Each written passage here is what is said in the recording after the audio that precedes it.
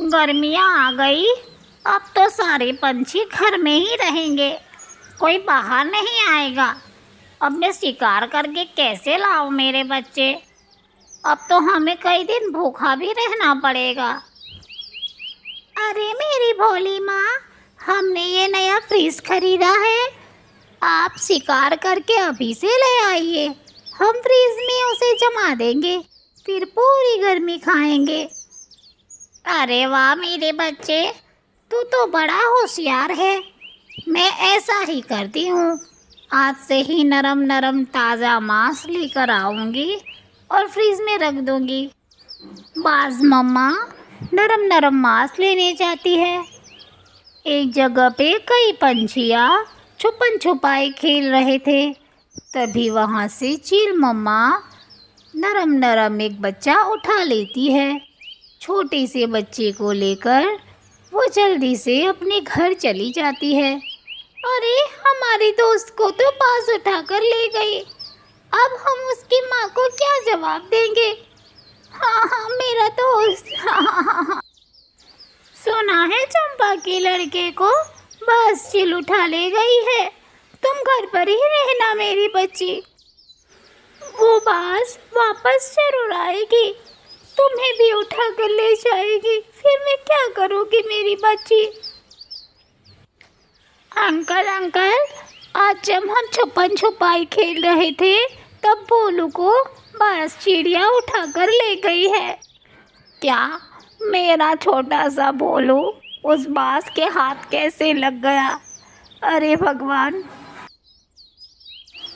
देखो बेटी, आज से बाहर मत जाना, मैं तुम्हारे लिए दाना यही ले आऊँगी। बास चिड़िया बहुत सतर्क होती है, वो दोबारा ज़रूर आएगी, तो तुम बाहर मत निकलना। ठीक है माँ, मैं आपसे पूछे बगैर कहीं नहीं जाऊँगी। छोटी चिड़िया अपनी माँ का कहना मान ही लेती है, लेकिन जैसे ही शाम होती है उसको अपने दोस्तों की याद आने लगती है और माँ को सोता हुआ देख छोटी चिड़िया वहाँ से दोस्तों को मिलने के लिए भाग जाती है। तभी माँ देख लेती है। अरे मेरी बच्ची रुको, बाहर मत जाओ, बाहर खतरा है मेरी बच्ची। सोना, इस तरह से जिद नहीं करते। देखो, अगर बाज चिड़िया आ गई तो हम दोनों को ही खा जाएगी। हाँ मेरी बच्ची सुनो ना।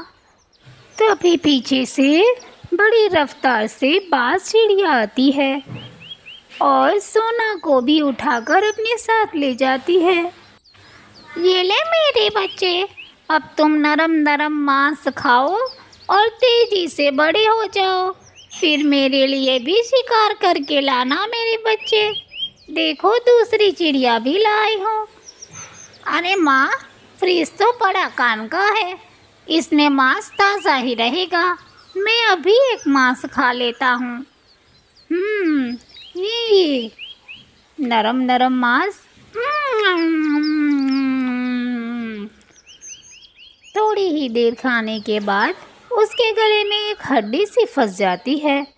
वो कुछ बोल भी नहीं पाता और अचानक से उसकी सांसें रुकने लगती है।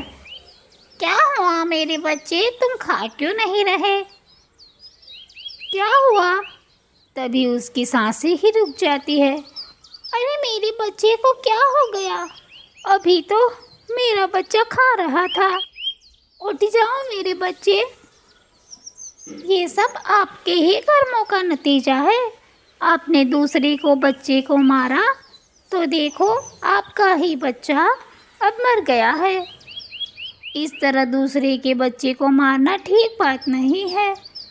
तुमने सच कहा बेटी, आज से मैं सिर्फ मरे हुए प्राणी ही खाऊंगी।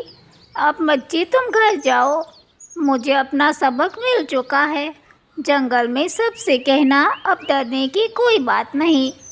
फिर सभी पक्षी अपने अपने घोंसलों में निश्चिंत होकर जीते हैं।